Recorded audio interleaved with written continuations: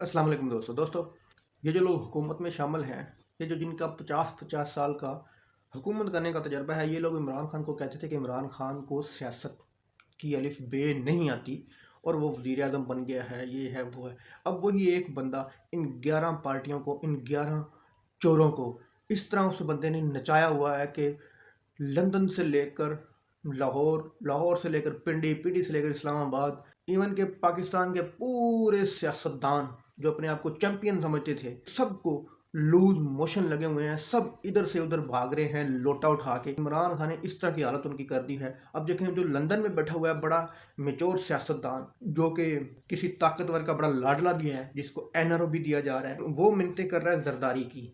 जरदारी मिन्नतें कर रहा है जाके चौधरी शुजात की, तो चौधरी शुजात मिन्नत कर रहा है परवेज लाई की। एक बड़ा साहब मिन्नत कर रहा है इमरान खान की। तो अब मिन्नतों का दौर शुरू हो गया है। ये हालत है कि एक बंदा है और ये तजर्बाकार सियासतदान एक दूसरे की मिन्नतें कर रहे हैं। नवाज शरीफ कह रहा है कि जरदारी तुम कहते थे मेरे ताकतवरों से बड़े ताल्लुकात कायम हो गए हैं, हम ये कर देंगे, हम वो कर देंगे, इमरान खान को नाअहल कर देंगे, इमरान खान की पीटीआई का सफाया कर देंगे मुल्क से।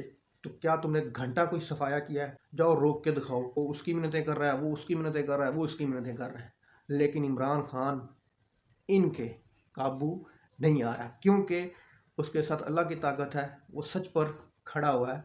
ये सारे करप्ट बेईमान टोला इकट्ठा हुआ है, इनके साथ इनको एनआरओ देने वाला भी इनके साथ मिला हुआ है। और एनआरओ देने वाला भी अब उसने भी इमरान खान की मिन्नतें और तरले शुरू कर दिए हैं कि तेरी मेहरबानी, मुझे तो रोज़ टीवी पे बैठ के ठोकता है, रोज़ टीवी पे बैठ के जलील करता है, तो तेरी मेहरबानी ये जलील करना छोड़ दे। उसने सोचा होगा जिस तरह पहले लोग चले गए, नामो निशान नहीं है किसी का, तो मेरा भी शायद ऐसे ही होगा।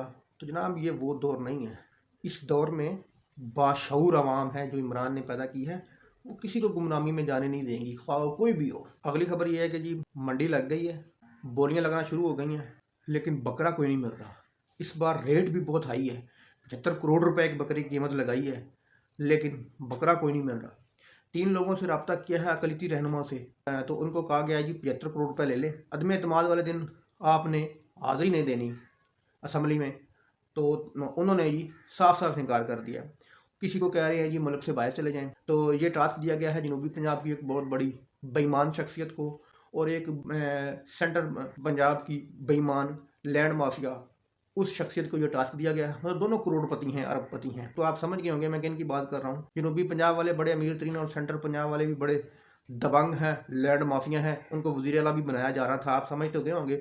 अब दोनों को ये लगे हुए हैं। तो 75 करोड़ रुपए की बोली लगी है। किसी को कह रहे हैं कि 75 करोड़ रुपए ले लें, मुल्क से बाहर चले जाएं, किसी को कह रहे हैं स्विट्ज़रलैंड चले जाएं, किसी को कह रहे हैं बेल्जियम चले जाएं जजीरों पर। तो बंदा कोई नहीं मिल रहा जी इनको। फिर इन्होंने 3 लेडीज़ को पकड़ा है, उन्होंने भी कोई रिस्पॉन्स नहीं दिया। अभी तक 75 करोड़ रुपया वो भी कम पड़ रहा है। हो सकता है कि आज के दिन ये 75 करोड़ 125 करोड़ पर इसकी बोली का रेट चला जाए। दोस्तों, वीडियो अच्छी लगी तो लाइक करना, चैनल को सब्सक्राइब करना।